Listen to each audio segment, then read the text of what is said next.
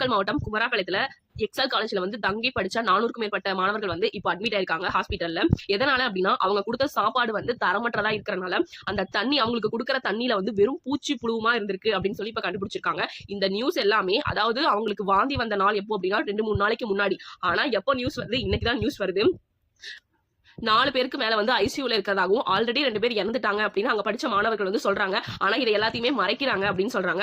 இது வந்து யாருக்கும் தெரியாது, இது எனக்கும் தெரியாது, உங்களுக்கும் தெரியாது. அங்க படிச்ச மாணவர் மாணவிகளுக்கு மட்டும் தான் தெரியும். உங்க ஃப்ரெண்ட்ஸ் உண்மையிலேயே நல்லா இருக்காங்களா அப்படின்னு ஃபர்ஸ்ட் நீங்க தெரிஞ்சுக்கோங்க. அப்படி இல்ல அப்படின்னா கண்டிப்பா தகவல்களை ஷேர் பண்ணுங்க. ஏன்னா இந்த மாதிரி இன்னைக்கு அவங்களுக்கு நடக்குதுன்னா இன்னொரு காலேஜ்ல இன்னொருத்தவங்களுக்கு இன்னொரு டைம் கண்டிப்பா நடக்கும். டிவிகேல இருக்கிறவங்களோட காலேஜா இருந்தாலும் இல்ல விஜய் அவர்களோட காலேஜா இருந்தாலும் இந்த வரைக்கும் இதை பெரிய இஷ்யூ ஆக்கிருப்பாங்க.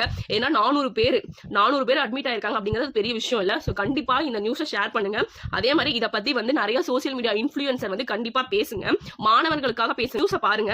அதுக்கப்புறம் நீங்க வந்து இன்ஃப்ளூயன்சர் எல்லாருமே வந்து இத பத்தி கொஞ்சம் பேசுங்க. அதாவது கல்லூரிகள்ல மட்டும்தான் ஹாஸ்டல்ல மட்டும்தான் அப்படின்னு கிடையாது. தனியார் விடுதியில கூட போய் சாப்பிட்டு பாருங்க எவ்வளவு கேவலமான ஃபுட்டை வந்து ப்ரொவைட் பண்றாங்க அப்படின்னு. நம்ம எவ்வளவுதான் காசு கொடுத்தாலும் ஹாஸ்டல் அப்படின்னா அது வந்து தரம் குறைவா இருந்தா கூட பரவாயில்ல, சாப்பிட முடியாத தரத்துல இருக்கும், சாப்பிடவே முடியாத அந்த தரத்துல இருக்கும்.